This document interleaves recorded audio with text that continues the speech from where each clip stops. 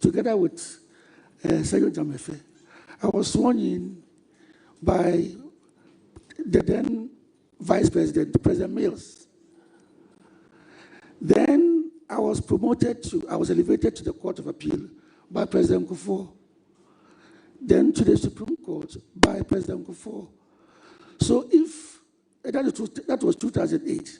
So if 17 years later, another president deems it fit to elevate me to the position of a Chief Justice, I think I cut across all political boundaries. I don't think that, I think I'll be a reason for people to say that, oh, this man is deserving of the position. Because from Rawlings, Mills, Kufuor, and then Mahama, I think I deserve the position, that's why.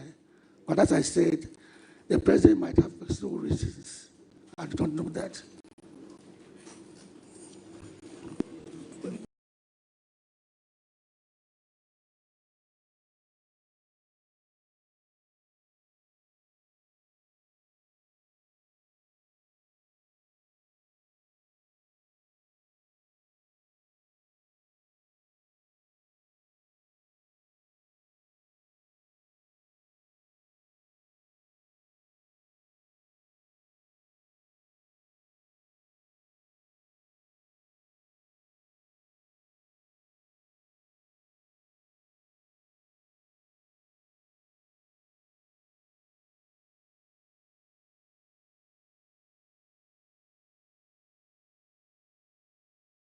Very grateful. Any further question? Yes, sir.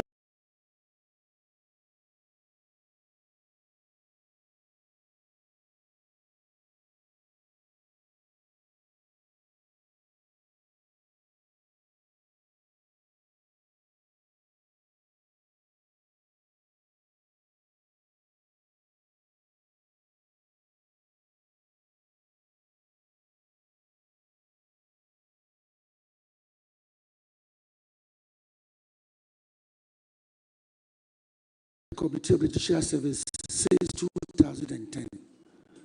And then I became its chair in 2020. As a part of our engagements last year, we had a lot of stakeholder engagements with IPAC. We had stakeholder engagements with the CDD, CODEO, that is CSOs, and then the Peace Council. The main theme of these meetings was the fact that in 2013, the election petition lasted for almost 8 months. The final decision came on the 29th of August. Essentially, I'm the only surviving member of that panel. Everybody else has retired. The final decision came on the 29th of August because one of the first drawbacks was we spent almost 1.5 months discussing whether to even allow the NDC as a party to join the action. In the long run, at the end of the day, by a majority of 6-3, NDC was joined to the action. It was one of the greatest mistakes we made in that particular trial. And that was one of the first things we touched on after the trial. We went into a conclave and came up with a decision that, no, there was no need to join any other party. So CI 99 came up, and that was when we decided that the trial and everything could be done within 42 days. So discussions went on, and we agreed on 42 days maximum for presidential election petitions.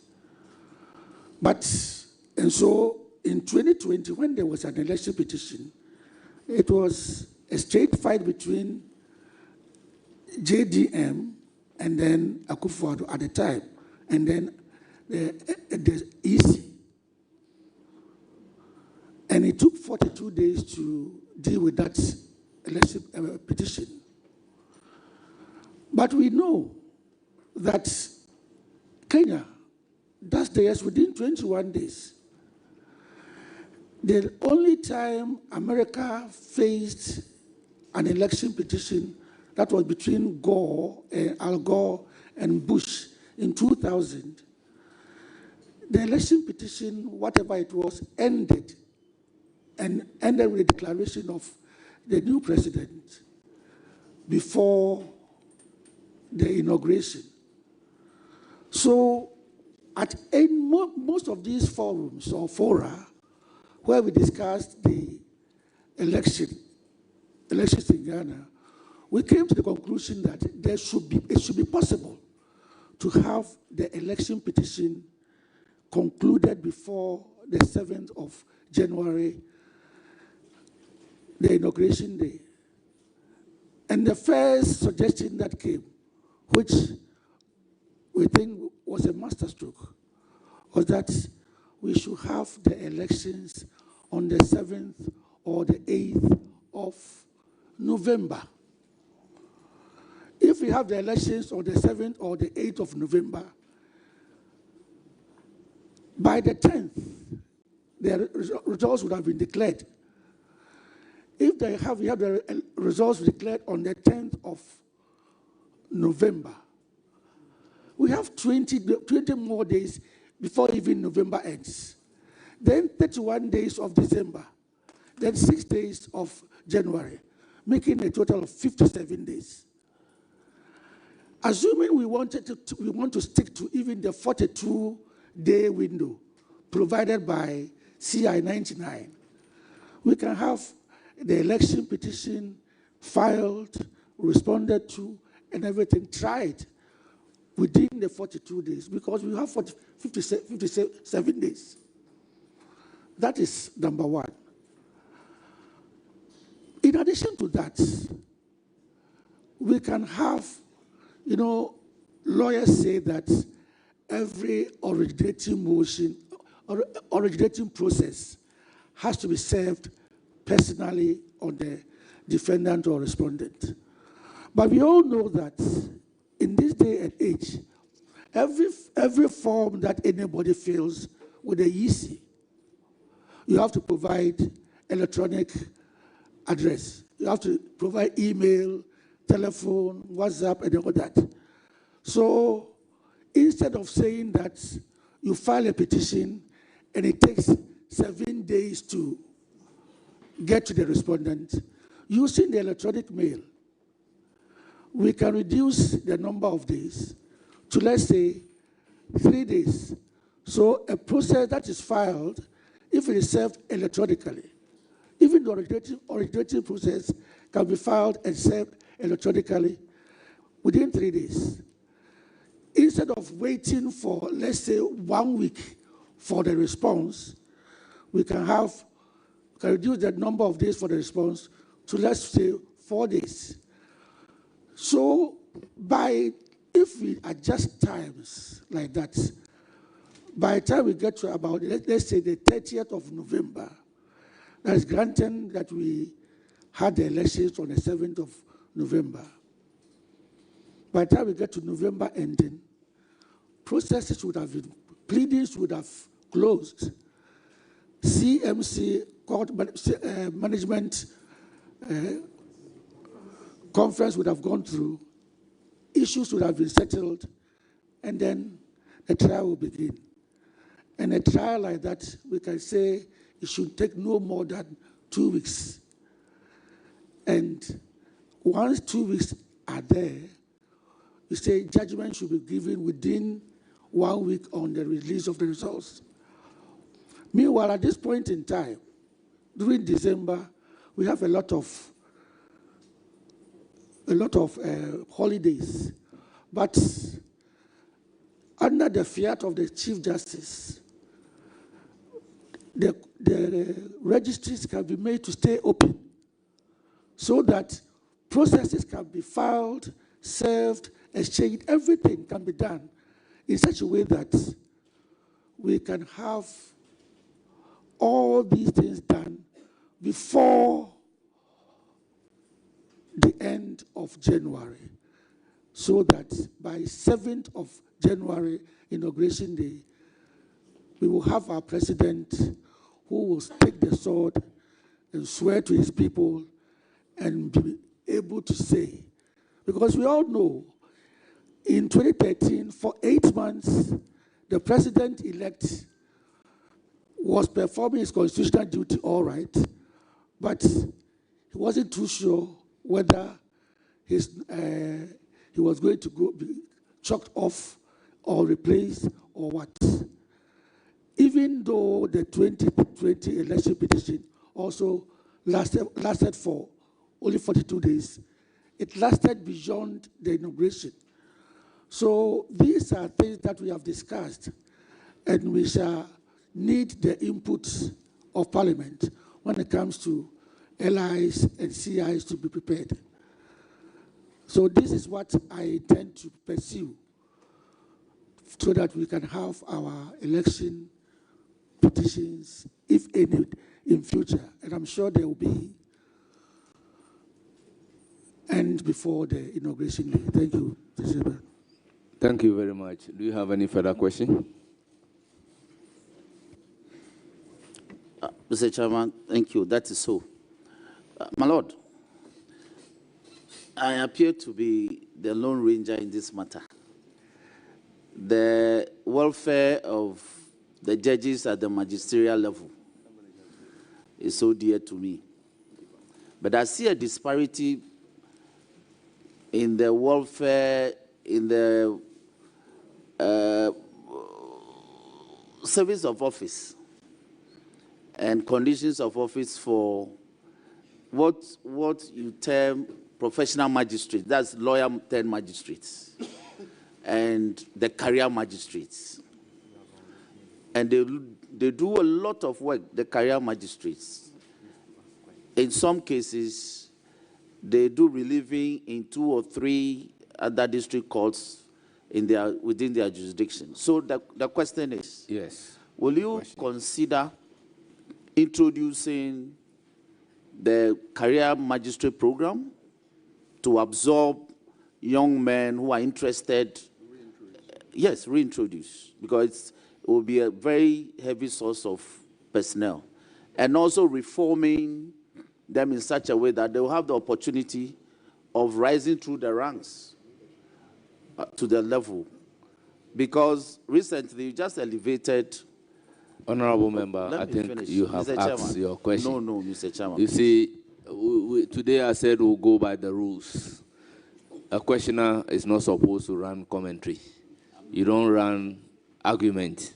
The foundation cannot be too long. So strictly proceed to ask questions.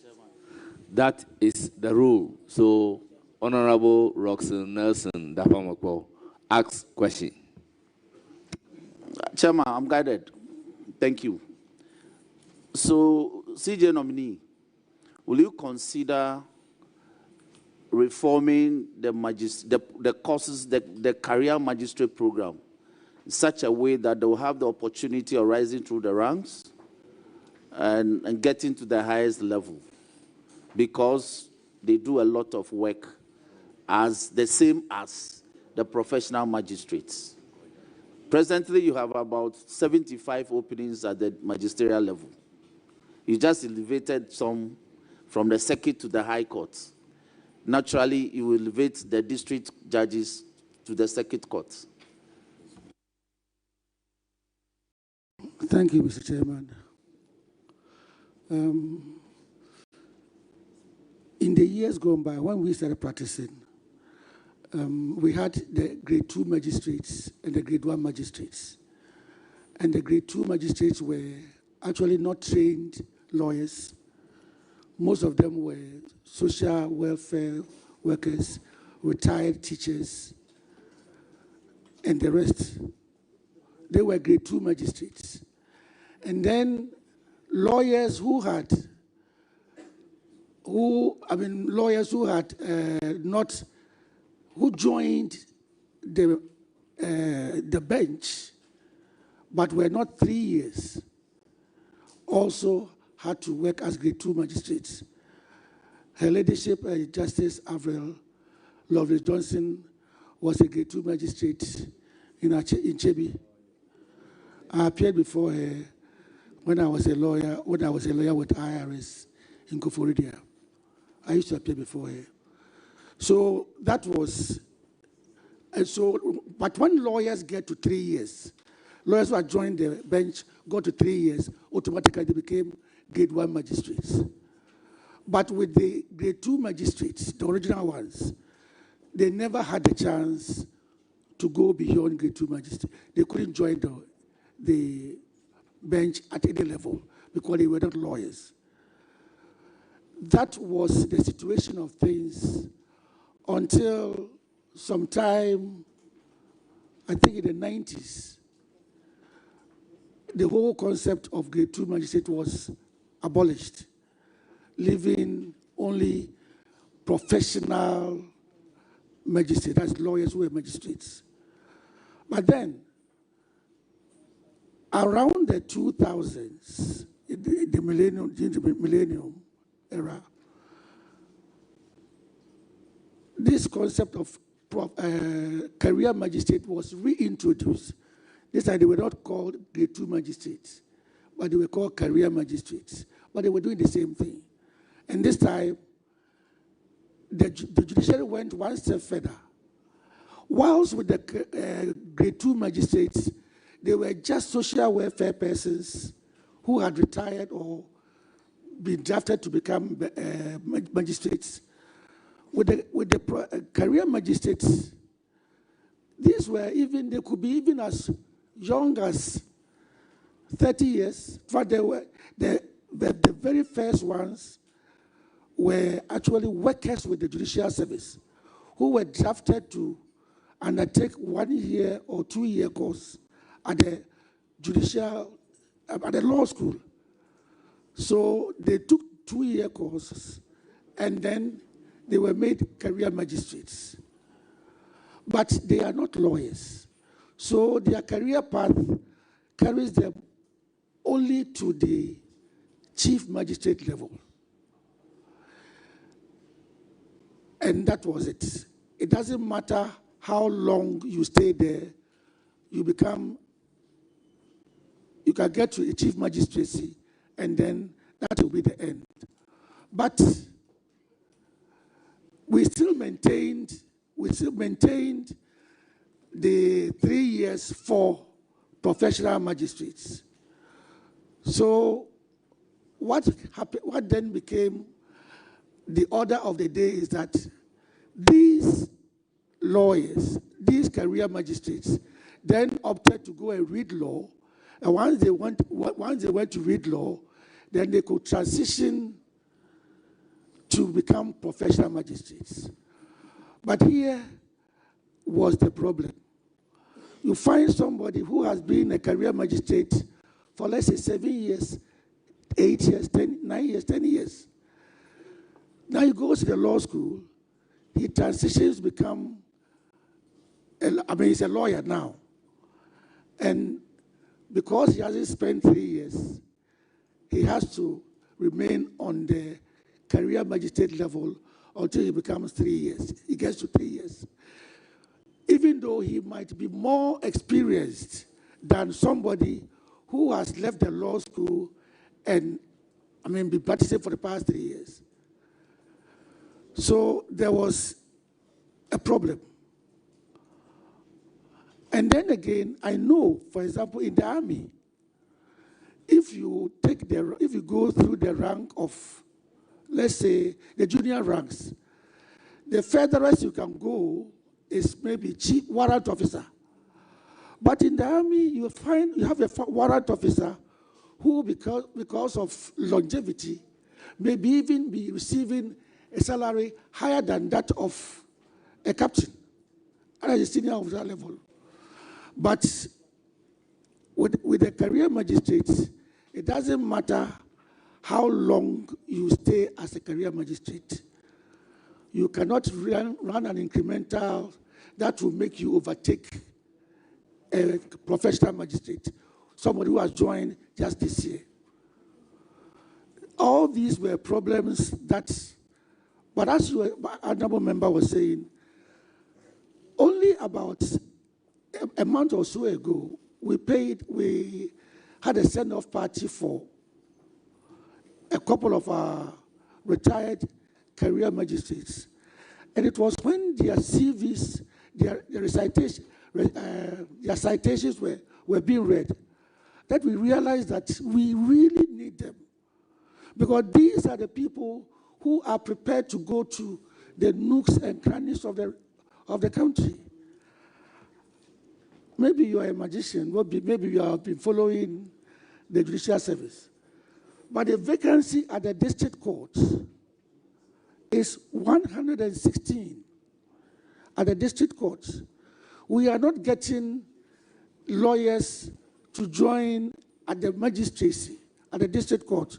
Most of them want to come out to the circuit court and to the high court. So with the current elevation of some circuit court judges to the high court and the district court to the circuit court, we are going to have an opening for 116. And I can assure you, we are not going to get, no matter how often, how much we advertise, we're not going to get lawyers to come and fill these vacancies. So it is my project that I will be discussing with the Judicial Council, the reintroduction of not only the reintroduction of the career magistrates,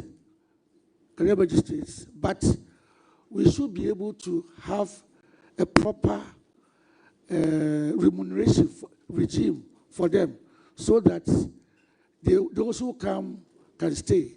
And then, again, it should be possible that there should be a law that makes it possible for somebody who has been a career magistrate for a certain number of years, if he becomes a lawyer, then he doesn't need to wait for another 3 years to become a professional magistrate. There should be a smooth transition. This is a project that I intend to pursue. Thank you very much. I will then proceed to give the floor to Honorable Mahama Shaibu. Let me thank you. You are entitled to 3 questions, strictly questions. I can assure you, my Lord, that every member of this committee may want to exhaust the 3 questions. So, strictly questions, no comment. And non-members of the committee, I plead with you to perpetually remain silent. Chairman, let me thank you very much. My Lord, congratulations. Chairman has cautioned. But, my Lord, cost of litigation by the day has become very expensive. Legal Aid Commission came in as a stopgap. Unfortunately, they lack the resources to represent clients. So today you have in courts unrepresented litigants. Would you consider fashioning out a very simple procedure which can take care of unrepresented litigants? Thank you. Thank you very much, Honorable Chair. The legal aid is an orphan. The legal aid board is an orphan, like the prison service. Now the prison service, they are getting some parents, but the legal aid remains in the doldrums. it is true that cost of litigation is now very high, and it's becoming very, very high, higher as a result of the delays that are occasioned in the courts, so that even small, minor offenses in the criminal realm, small claims in the civil realm, still have to follow a long queue. So litigation is now very expensive. And when you look at the persons who patronize the legal aid, you realize that, but for the fact that they don't have the means, they wouldn't go there, because they are very much under-resourced.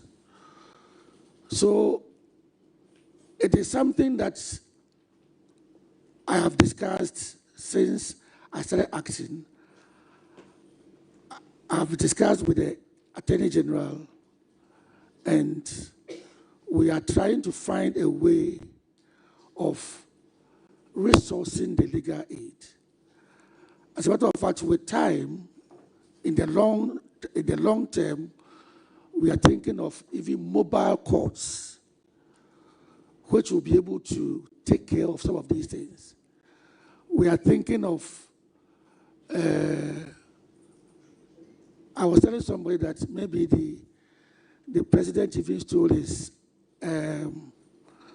the 24-hour economy idea from the Judicial Service, because we have planned for some time now to introduce courts around the clock, so that we can have night courts.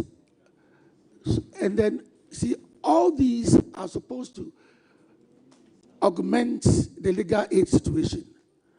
If there are courts around to take care of cases, definitely the cost of litigation will go down. So apart from asking for more resources, which I have discussed with the Attorney General, we are thinking so much about other things like having night courts, weekend courts. Already we have weekend courts to take care of electricity and other things. So once we do that, we hope that, and then to cap it all, the ADR, ADR is something, an avenue that we want to highlight.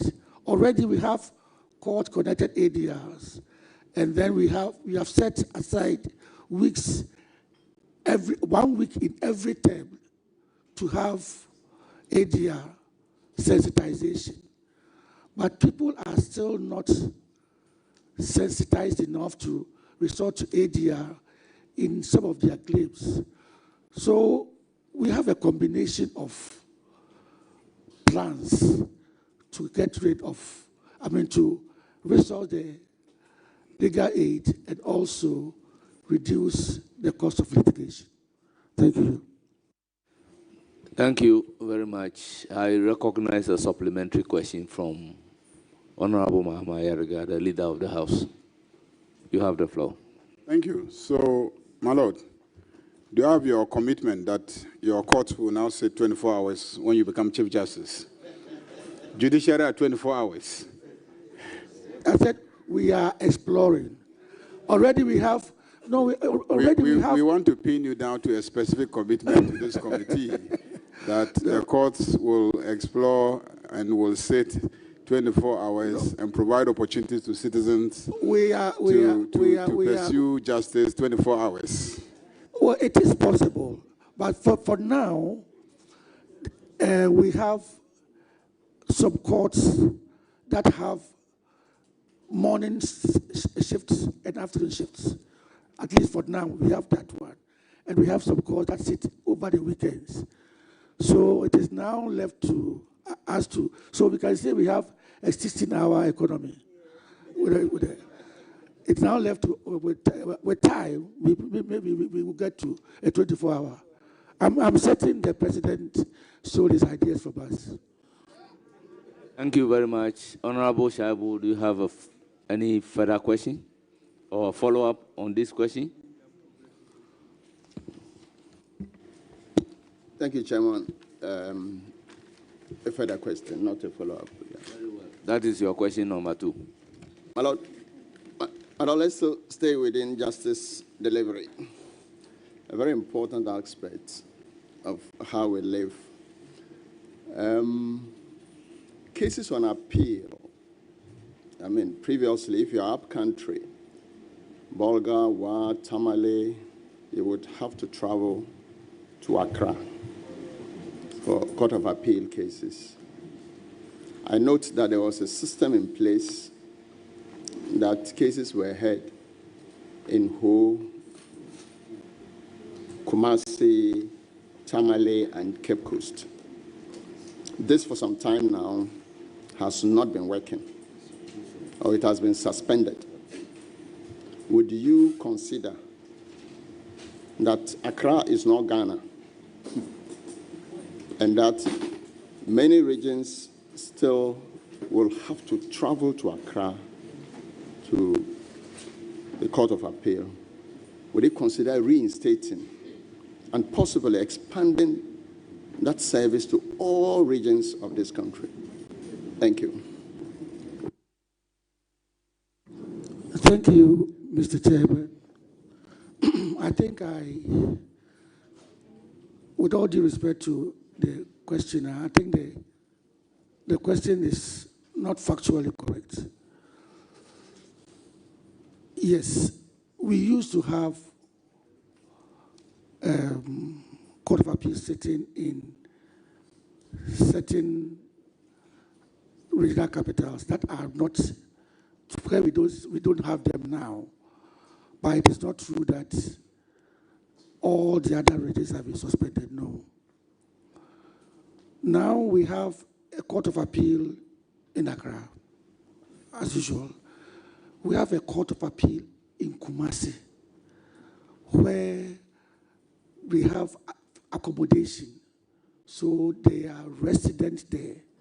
The judges, there are 10 judges of the Court of Appeal who are in Kumasi, resident there, dealing with cases in the Ashanti region, Brong-Ahafo, and the north. We have 5 dedicated Court of Appeal judges for Eastern and Volta regions.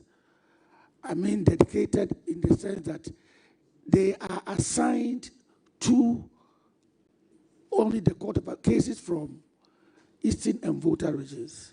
So the Court of Appeal sits in Koforidua.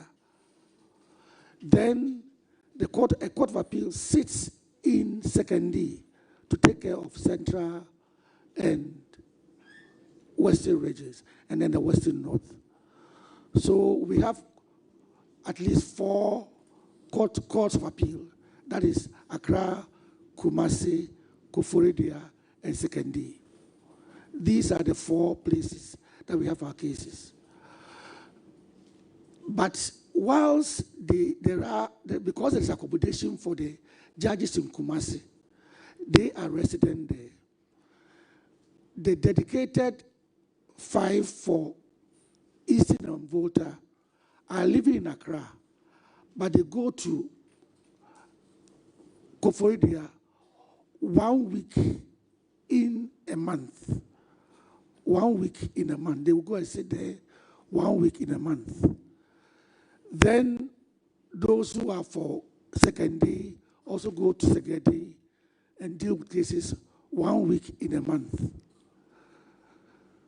Now, Tamale and the North don't have resident judges there, but they are also served by the judges in Kumasi. But you see, because of distance and then even costs, any time the 5-member committee, judges, the panels goes to Kumasi, goes to Sekondi, the service spends 38,500 cedis or 40,000 cedis on them in terms of hotel accommodation, transportation, and all other logistics. Koforidia, if the 5-member go, is the same thing, around 40,000 cedis. But you see, going from here to Koforidia is so easy, even though it is risky and inconvenient. It is still short. The Kumasi people found it very difficult to go to Tamale, where they would meet the judges. So they were doing virtual hearing. The virtual hearing was started at the time of COVID, and we realized that it is a very good way of doing things. So Kumasi and the North were communicating only by virtual hearing. And then, but when I started acting, I realized that the virtual hearing was not very convenient because of the interconnectivity. There were breaks in transmission and other things. So I actually spoke to the Judicial Council. We went to see the Minister for Communications, that is Honorable Sam George. And now we have the interconnectivity is so good that even now we don't go to Sekondi again. We do virtual hearing of appeals for Sekondi. So now instead of incurring 40,000 cedis in a month, we do virtual hearing. So it is something that the lawyers are very, very happy about. For now, the judges stay in Accra, and then the parties meet in Koforidia. So even if the lawyers in the case are in Accra, they still have to go to Sekondi to take part in the virtual hearing. Now, what we are aiming at is a situation where we can have persons, for example, Koforidia and Ho. We are trying to get to a situation where lawyers will not go from Koforidia Ho to Koforidia, but they can also have a hearing whilst they are in Ho, so that the judges will be in Accra, the parties could be in, one of the parties could be in Koforidia, another party will be in Ho, or Cape Coast lawyers can sit in Cape Coast and listen in and take part in it. That is a long-term project, but for now, the regional capitals are taken care of by way of virtual hearing.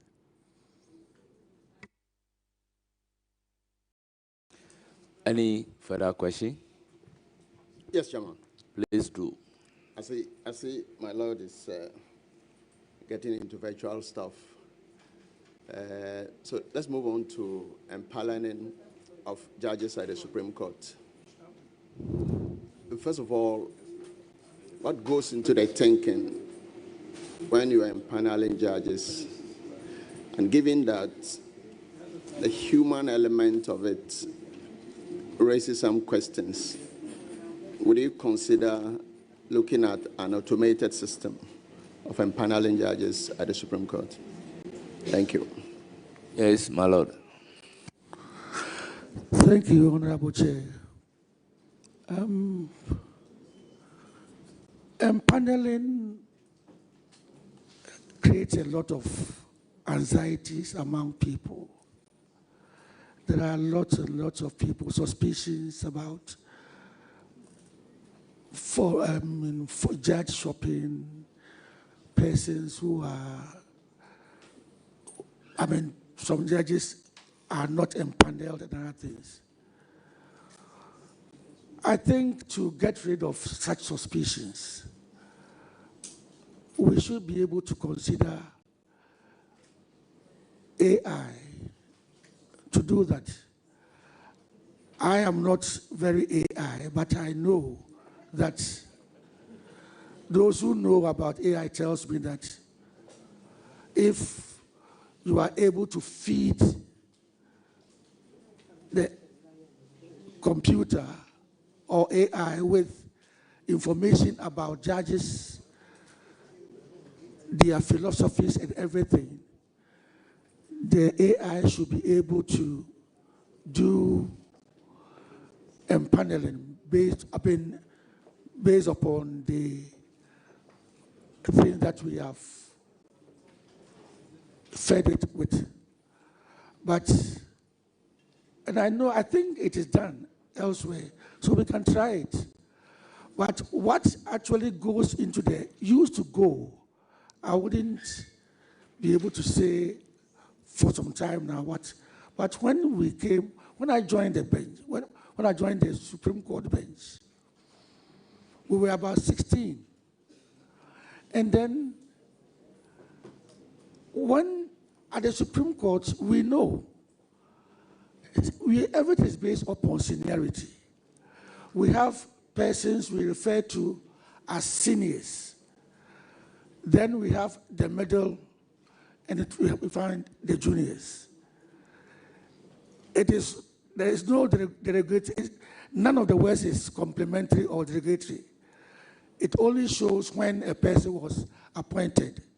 So I will be the most senior. It doesn't mean I'm the best. Somebody may be the most junior because he was appointed to the Supreme Court only yesterday. But that is how we had this classification. So any case, we had the seniors. So any case that we wanted to empanel, you'll find one senior. Since we sit in panels of 5, we have a senior, we have 2 middle, and 2 juniors. And that makes a panel. And it was done randomly. There were situations where if we are sitting in 7 and we want to believe that this is a matter that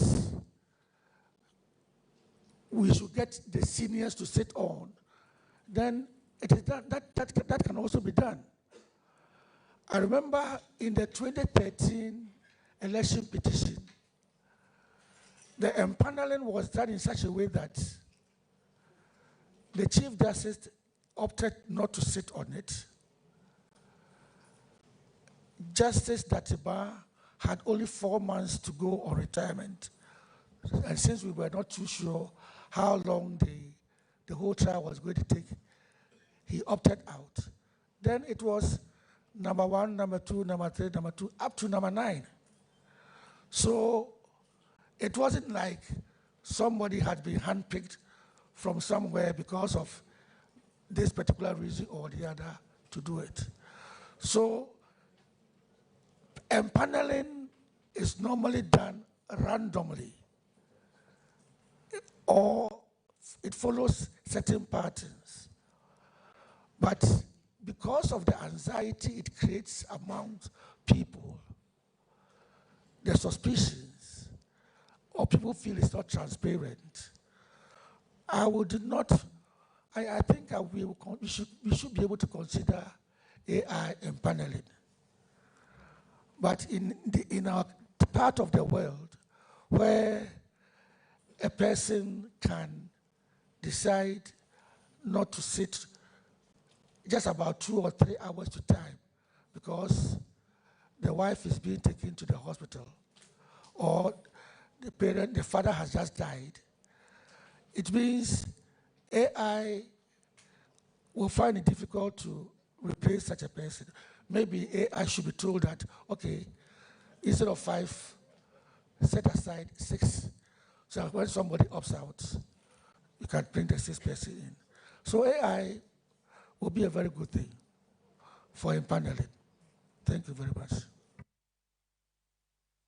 Yes, Honorable Shaibu, your very last question. Yeah, exceedingly grateful. Exceedingly grateful, Chairman. I see my Lord has veered into AI. Can we apply AI again or any other method? Backlog of cases and then delays. What concrete steps and time-bound steps would you want to employ to deal with backlog of cases that are hanging and speedy trials? Thank you. Thank you, Honorable Chair. I think to tackle the backlog, to find a way of clearing the backlog, we must first identify what causes the backlog and then the delays. In the first place, litigation, courtroom litigation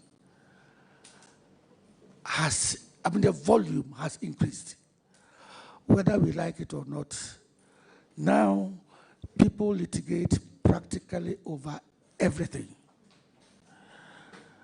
In the years gone by, I'm sure if you took my picture and you displayed it in your newspaper,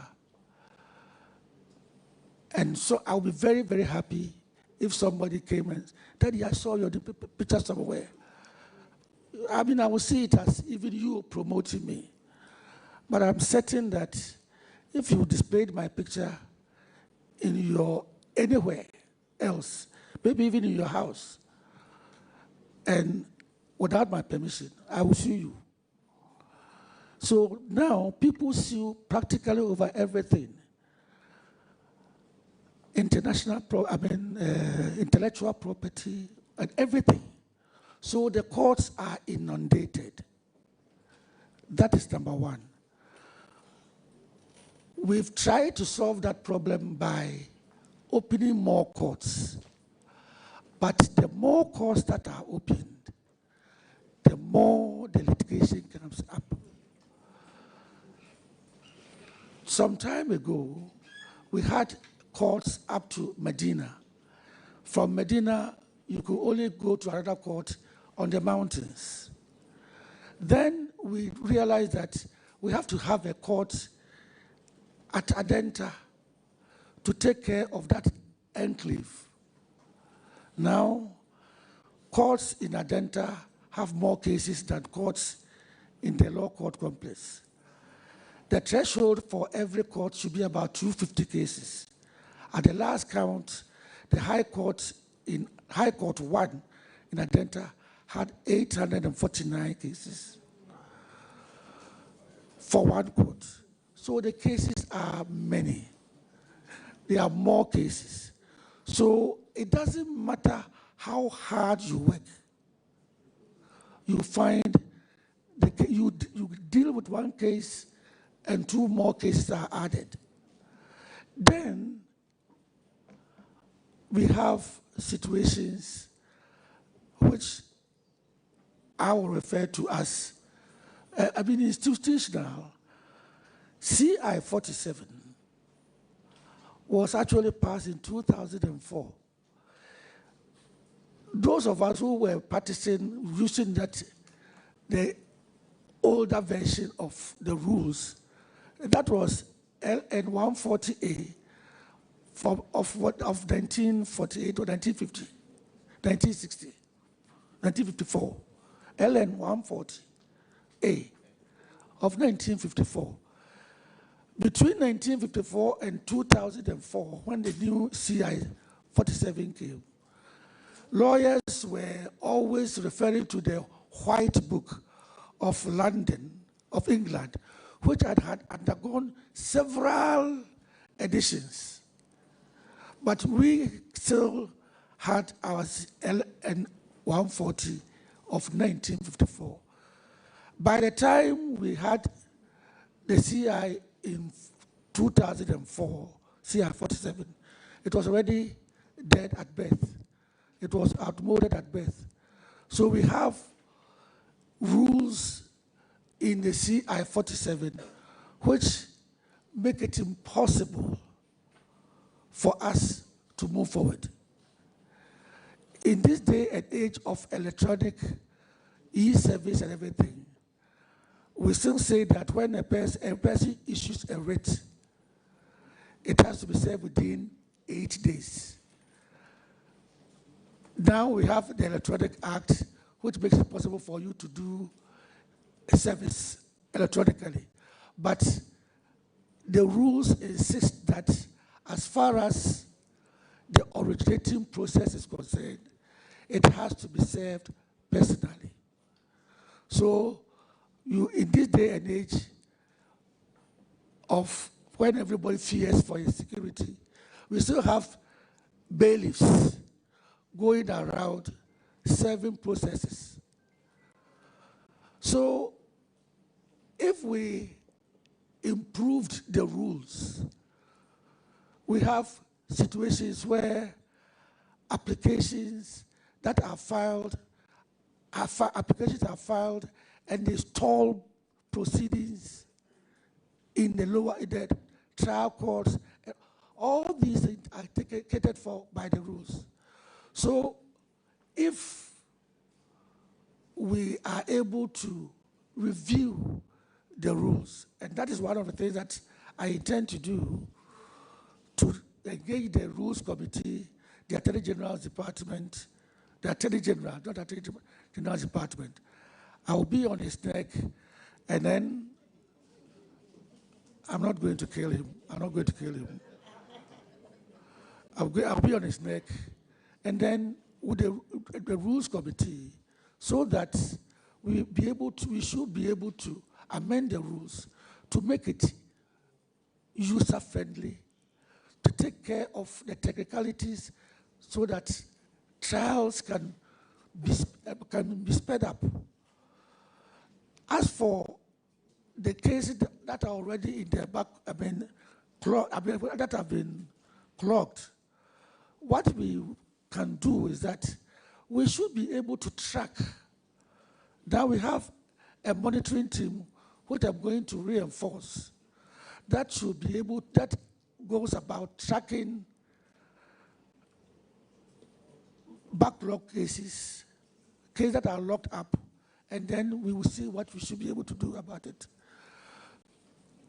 This is not to say that there are no human elements in this. Lawyers play all kinds of games to have cases delayed. They play all kinds of games to have cases adjourned. I remember when I was appointed a Supreme Court judge, and we were attached to the American Supreme Court. They were surprised that we could grant adjournments on the ground of somebody's wife. And because a lawyer says, my wife is being taken to the hospital. The judge asked us, are you a doctor? If your wife is going to deliver, you are the doctor, you don't need to be there. You have to come to court. And that is their system. But here, sometimes you have somebody coming to say, my father has died. 3 years later, he's asking for adjournment, and his father has died. 4 years later, the same father has died. How many fathers you have, you cannot really tell. So we see there's a human element to this. But we are going to work on all these so that we can have a reduction in the backlog of cases. Thank you, Mr. Chairman. Thank you so much, my Lord, the Acting Chief Justice, and the nominee before us. We have 6 more members to ask you a question. Therefore, we will plead that the brevity rules that apply to members would apply to you, mutatis mutandis. So I will call on Honorable Haji Aladi to ask you a question. Thank you, Chairman. Chairman, let me take the opportunity to congratulate my brother on his being nominated. From your narration, you have clearly stated that you've come a long way through so many governments, presidents, vice presidents, and what have you. That is actually a basket full of a lot of experience, and your CV tells it all. However, although you are acting, you are now going to be the substantive, inshallah. My question is, as Chief Justice, you will preside over a Supreme Court with diverse personalities and differing judicial philosophies. How will you foster collegiality and prevent personal disagreements from undermining the administration of justice? Thank you. Thank you, Honorable Chair. Well, Honorable Chair, by its nature, the Supreme Court is collegial. When we say collegial, we mean unlike the, let's say, district court, the circuit court, and the high court, we sit in colleges, we sit in panels of more than one. So, and then we take decisions together. There is no, every judgment that is delivered that you read about, even though it comes under the hand of one judge, you can be sure that it has been decided by the panel members. Unless there is a dissenting opinion, it is the opinion of the judges. So that is why we say it's collegial. We go into a college, we call a conclave, and then we come up with decisions. You are right. I come from Goso. The person who is now the president of the court comes from Navrongo. We have somebody from Owa. I went to the best secondary school in Ghana, Torkonoo Secondary School. Somebody went to a one of us went to a school which is no longer even in existence. Sir Dennis went to a school which at the time was a mixed school. Now it is a girls' school. Achimamai Secondary School has now become a Fiakobi Girls' Secondary School. So he doesn't even know whether he's an old student or... So... My Lord, he's still an old student. And the school is still in existence. And then there is this man who went to school at Koforidia, the town of the flowers. You see, so you are right. We come from different backgrounds, different schools, different philosophies. Some of us, I mean, a couple of us, about 3 or 4 of us, started from 2 of us started from the magistracy.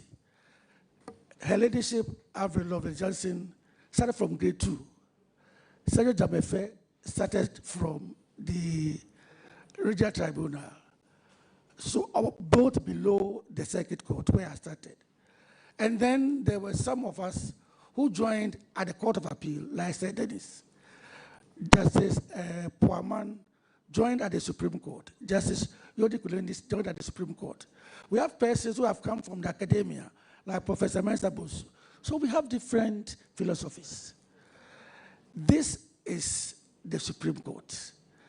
And so when you have all these people with different backgrounds having to come together and then agree on something, even with all due respect, you see how lawyers agree or disagree.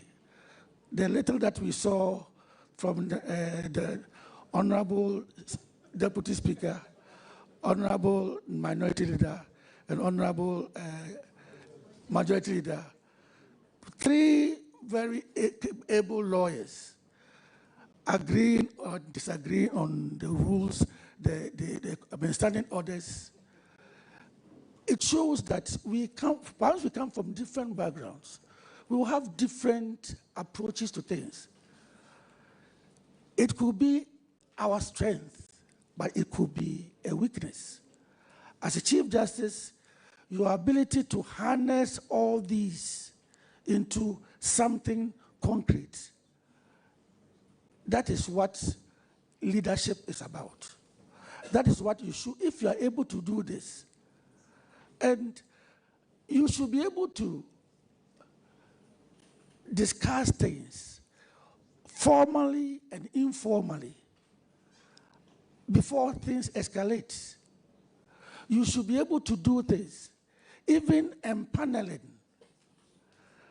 can create problems among you when somebody feels that this man is not being empaneled. I wasn't empaneled for close to 1 year, even though I was the number 2 after the Chief Justice. I wasn't empaneled. It can create problems. But as a leader, you should be able to manage all this. And then you should be able to manage all this. And even though I'm talking about collegiality and then the need to have a consensus, that should not be the final thing. You should be able to encourage parties, judges, to air their views. Dissent should be encouraged. It is always better to have a consensus on everything. But if you can't have a consensus, you should be able to, if somebody says, I'm going to write a dissenting opinion, you should be able to write a dissenting opinion. You should be able to encourage the person to write a dissenting opinion. It is a way of fostering unity amongst yourselves. And fortunately, again, having been here for so long and having been here, having dealt with all the members of the Supreme Court bench now, I happen to have personal relationship with every one of them. Every one of them. Those who used to appear before me when I was a High Court judge, like Justice Yodi Kulendis, Justice Puaman, they used to appear before me when I was a High Court judge. Justice Dennis used to appear before me when I was a Circuit Court judge, and he was a lawyer in Kumasi. And then Justice Ajay from Paul was a junior to my very, very, very, very good friend called O2SL, who has passed on.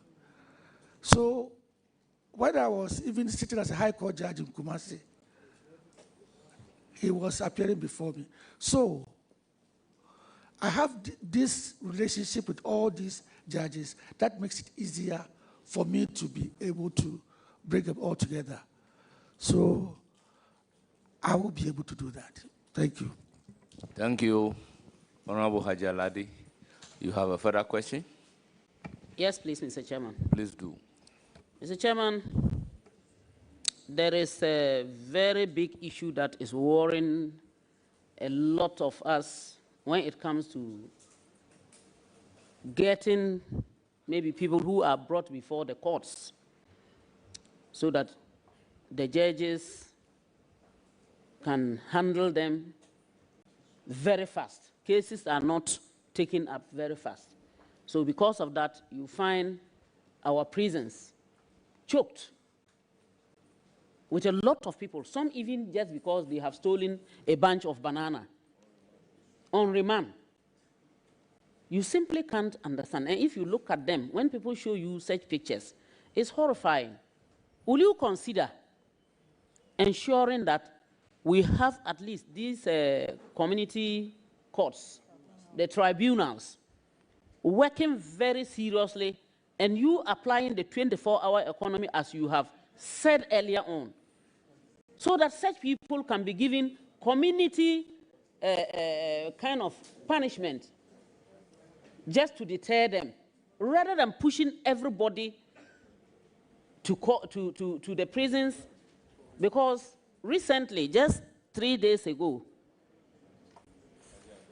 just 3 days ago, I got a message that someone went to court and then was told that the judge had put to bed, so she was not in court.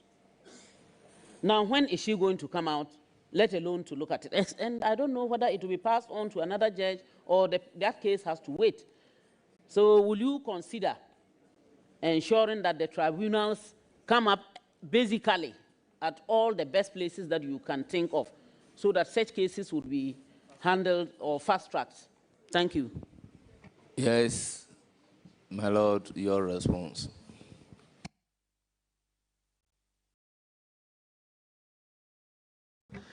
It looks like you are speaking the language of my wife. My wife has maybe engaged you to ask questions about the prison service. This is something that I know about, because as I said, I was a prison officer.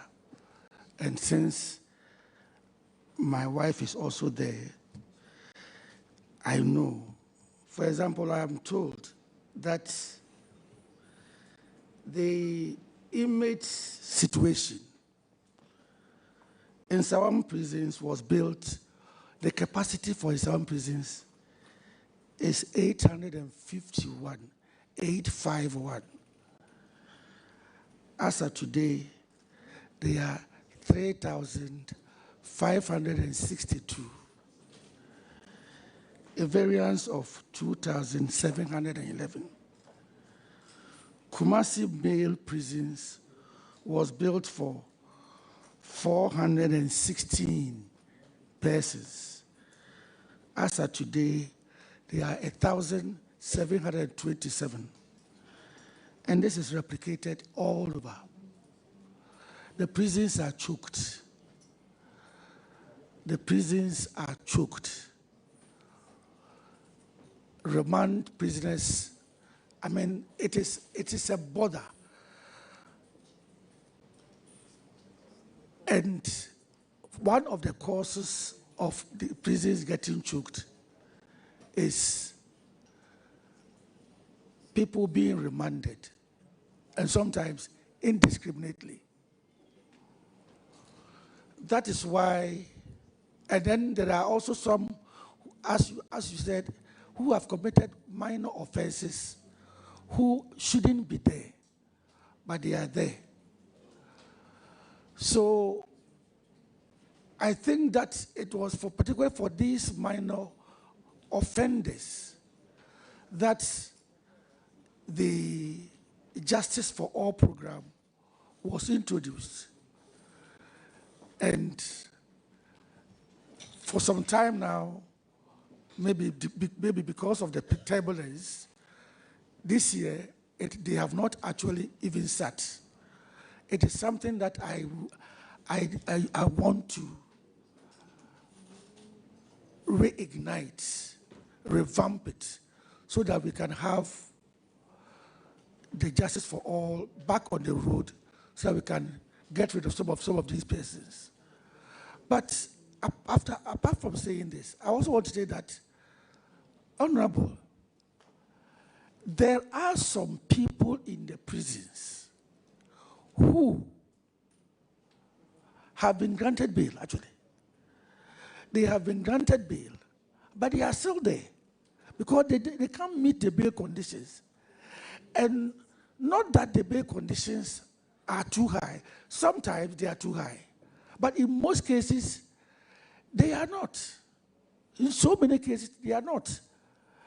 And so you find somebody in prison, somebody on remand, who has been on remand for 5 years, 3 years, 4 years, 5 years, and those of us outside will say, hey, if this man had even pleaded guilty and he had been convicted, he would have spent only 3 years. But because he pleaded not guilty, he's on remand, and his case is not being tried, and he has spent 5 years. But that is not the fault of the judge. If you appear before the judge and you say you are not guilty, you are not guilty. The judge says you are released on bail. But there are some people, unless you say they should sign their own bail bond, they can't get anybody to come and bail them. Unless you release them on their own self-recognizance, they will not get anybody to come and bail them. I mean, there are some of them, and as a judge, we have conditions to grant bail. The main condition a judge looks at is, this man I'm releasing on bail, is he likely to come and stand trial? The person who is making efforts to run away because he has gone to see some foreign embassies to seek asylum, he's trying to run away already.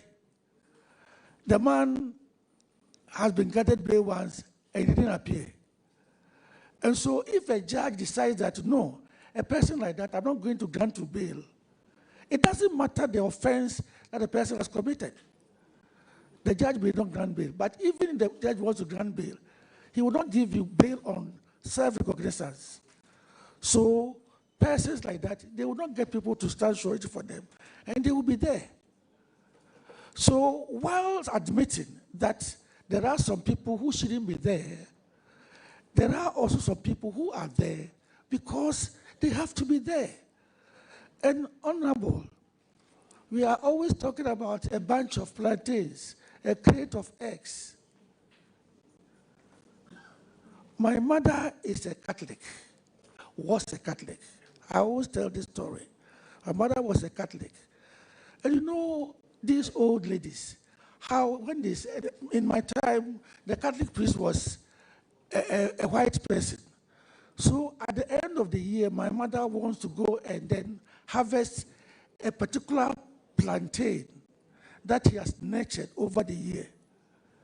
My mother was going to the farm every morning with a bent back.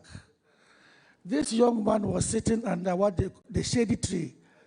In our place, we call it in Kwankwenuase, playing drafts. Every day, my mother passed by him to go to the farm. Now, 1 year on, it is time for harvest.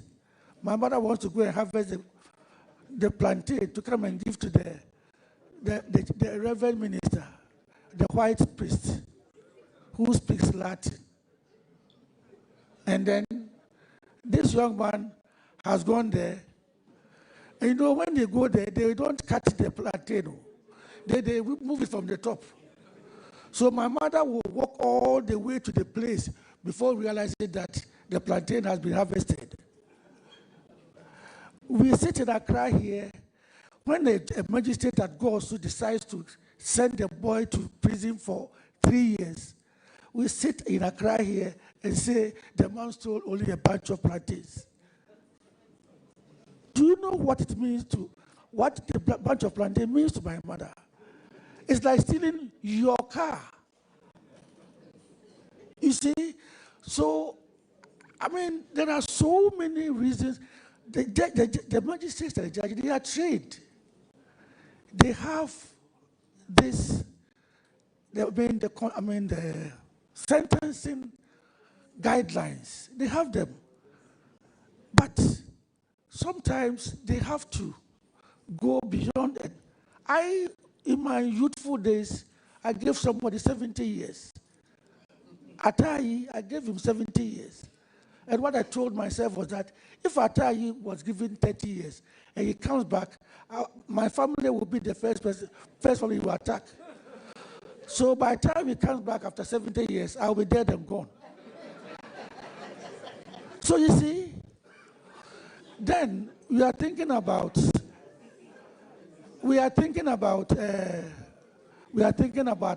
community service. Yes, there are some people who, if you give 3 years, 4 years, touch wood, if I am convicted and sentenced to 4 years in prison at Insawam, I may not eat prison food for even a day. I will have some people bring food to me. So if you want to make me feel the prison punishment, prison sentence, then maybe you should order me to go and do community service. Maybe around the place where I stole, or around the courts, that they'll see me, because punishments are not only for the person, the victim, or the person being punished, but to deter other people. So community sentences should be introduced.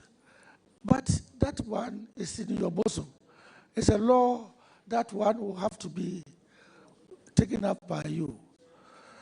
Another way of decongesting the prisons is through the parole system.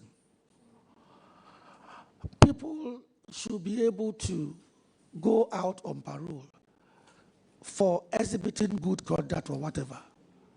So if the parole system is introduced, I'm certain we can reduce the numbers in the prisons considerably. But, parole system, you cannot do that without tackling the social welfare angle of the parole system. You have to beef up, because I know in some jurisdictions, when a parolee or a person who has been granted paroles may not even be able to go beyond a certain distance because he has a tag that gives AI alarm to somebody. We don't even have these things here. So, Honorable, we are at it. We will play our part by reducing our pension for imprisoning people. We will curb that pension of giving long sentences. I'll talk to my people, because in a long sentence person you said to my wife, I get a knock. You allow these people to come here, and they are disturbing me. So, Honorable, that is what we are going to do. Thank you. Thank you very much. Honorable Ladi, do you have a supplementary question, or you want to ask your last question? Thank you, Chairman. I want to ask my last question. Thank you very much. Proceed to ask your last question. Mr. Nominee, during your presentation, you mentioned places where we can find courts of appeal. Unfortunately, I sat really feeling very bad, because I would say I come from the northern sector. And I have continuously heard my people crying when they have any case that needs to go to the appeal court. They would have to travel as far as to either Kumasi or Accra. I have listened to you carefully and heard you talk about infrastructure and the way monies have to be spent, which is quite a difficult one. Will you consider putting up at least one with all the amenities that are needed to take care of the 5 regions of the north, to ease problems of our people having to travel these distances? Yes. Honorable Chair, Honorable Chair, it is possible, it is feasible. We have done it before. We have done it before. You see, I know how sentimental people feel about such things. When I started acting, I got a letter from a community, and they said they wanted, it was written so beautifully, they wanted a district court. So I gave it to the court's services manager to advise me. And you know what? He came up with the fact that the community they are talking about, they are 500 people. 500 people. And then he mentioned the various courts that are close by. And we found that almost all those courts have cases no more than 10 a day. Sometimes the whole week have. It is not, when we tried the Court of Appeal in Tamale, we realized that all the cases could be heard within a matter of 2 months. All the cases. So it is just not feasible having 5 judges stationed at Tamale to take care of the north. This is not just because the number of cases that come from the various regions put together is not up to much. So, to prevent this situation where lawyers and parties will be coming to Kumasi or Accra, that is why we are introducing the virtual, so that they will be meeting in Tamale. The lawyers don't need to, with virtual hearing, the lawyers don't need to move at all. They have to be in Tamale. So, as I said, if you have a case which is being handled by a lawyer from Kumasi, for now, the lawyer will have to travel to Tamale to go and be in the Tamale courtroom where the virtual takes place. But as I said, we are working at it. In a matter of time, we have find ourselves in a situation where some of the parties and the lawyers can be in Tamale courtroom, whilst some other lawyers will be in Kumasi, and they will be hearing cases. This is done. When international arbitration takes place, people hardly travel from here to London for international arbitration. They do virtual hearing.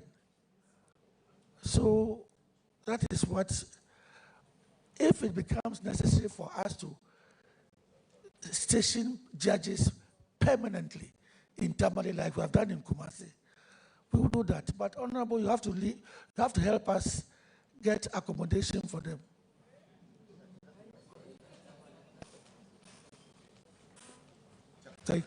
Thank you, Honorable Adi. You have exhausted your 3 questions. On this note, honorable members, our revered guests, it is in the interest of all of us to take 20 minutes health break. Well, Hajia, you have the floor for 1 second. Thank you very much, Chairman. So, my brother, I wish you all the best. When my colleagues were leaving, you would have heard them. It's normal of me to say, I wish you all the best. May the Almighty Allah guide and protect you. Thank you. So that you will be able to do your work as expected. Thank you. And to the best of your knowledge and to the development and progress of Ghana. Thank you very much, Honorable. Have a blessed job ahead of you. Thank you. Thank you so much. Thank you very much. We shall resume our seats exactly 10 minutes after 5 o'clock.